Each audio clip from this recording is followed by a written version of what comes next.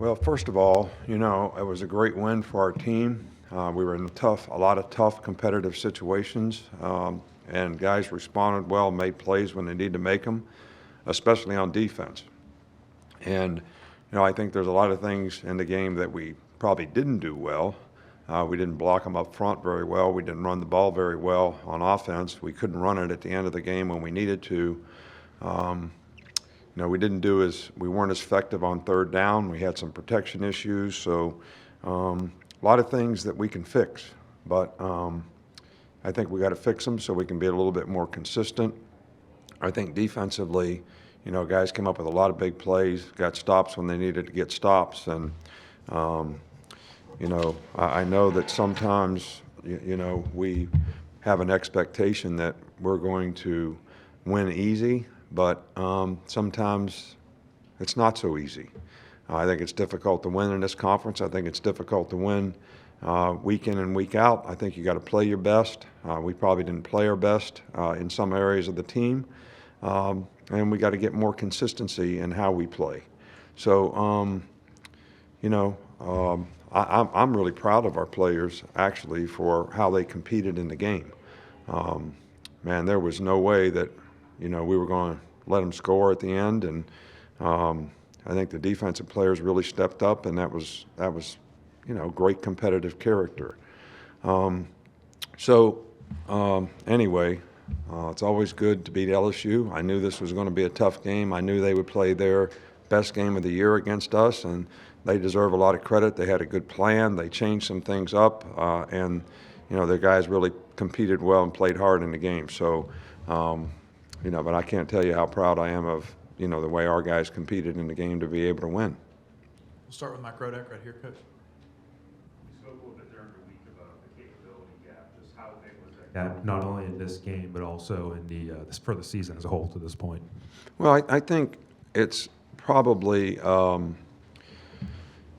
in different parts of the team. It has been very good at times, and in other parts of the team, not so good at times.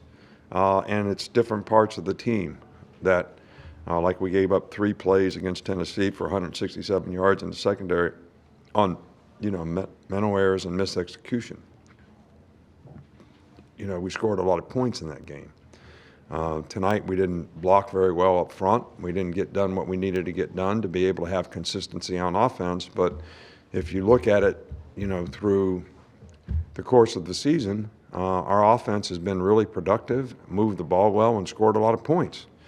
So I don't think it's something that you can just say the gap is like this for the whole team.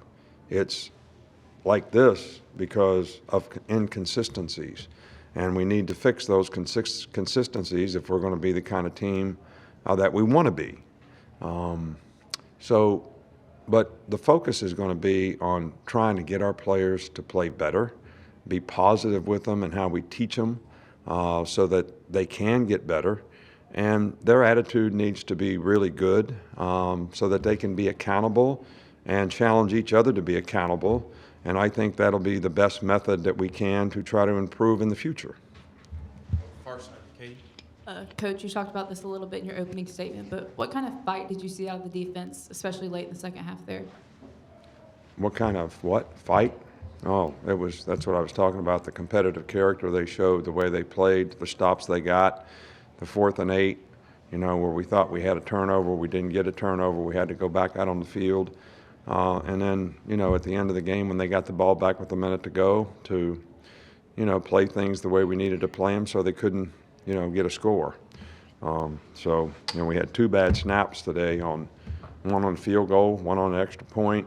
I mean, there's lots of places on the team where, we weren't quite up to snuff. But defensively, the way they competed in the game, the way they played in the game, I think was really, really good. The one drive where they converted 2 fourth downs, where they got to 14 points, that was probably not our best, but the rest of the game I thought was really pretty good. We'll go to Aaron Suttles on Zoom. From your vantage point, how disruptive was Will Laderson and Dallas Turner tonight? Those guys did a great job. I mean, we affected the quarterback. That's always something that you want to be able to do in a game. We had a couple batted balls. We had 3.5, 4 sacks. I don't know how many for sure. We got some pressures, especially in the end of the game when we needed it. I think those guys did an outstanding job. But, we had pretty good coverage for the most part. We had a couple long yardage situations, 2nd and 15, 2nd and long another time, and we gave up a big play on 2nd down, which got them back to manageable 3rd down, which, those are areas where you got to get off the field. But all in all, can't complain. We won, and we stopped them when we needed to. We'll go to Nick Kelly.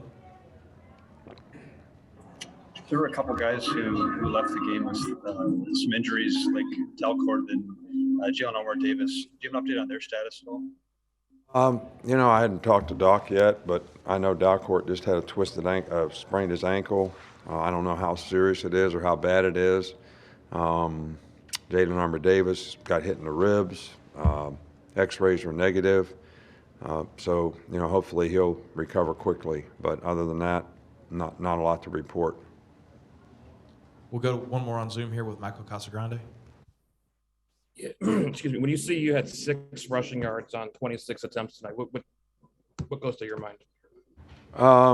Well, first of all, we lost about 20 yards on the last drive, so we might have had a few more than that. But I've already spoken to the point that we weren't able to run the ball. We didn't block them effectively up front. Whether it's the strategic plan or the execution of the plan, and most of the time it is the execution, but we're responsible for that too. So we need to do a better job of being able to block up front. I did think Damian George did a pretty good job in the game when he had to play right tackle when we moved Chris to center when Dalcourt went out. So that was a real positive. It was a positive to get him to play. He's making good progress, and I thought he played pretty well in the game. We got time for 2 more. One in the room here. Hi, Coach. Ashley Woods with the CW. Can you talk about the crowd tonight and just the energy that they gave the players? Well, I think in the second half it was really good, and I think it was inspiring for the defensive players, especially. But if you really want to get the crowd gets in the game when you do well on offense, and there was times, especially in the second half, I don't know, we had 4 or 5 3-and-outs, which, even when you make a few first downs and you don't score, you change field position. And I think when you're in close games, field position is really critical. So the crowd did a great job, though. I mean, the Tennessee game, the crowd had an impact on the game. I think the crowd had an impact on the game tonight, especially our players, and it's a great atmosphere and environment to play in. Okay. We'll finish up with Charlie Potter on Zoom. Yeah, hey, Coach. It looked like Kool-Aid McKinstry, you got to start at corner in place of Josh Jobe. Do you have a reasoning behind that? Was Josh banged up or something at the beginning of the game? No, Josh had a turf toe, and that flared up on him, and he wasn't able to practice. So he could have played in the game, all right, but at the same time, we weren't going to play him in the game unless we had to play him in the game.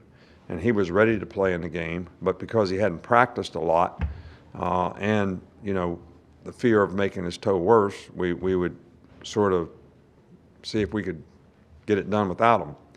And then when Jalen went down, we thought he was the best option to put in the game, and he wanted to play, and he was ready to play, and I thought played pretty well.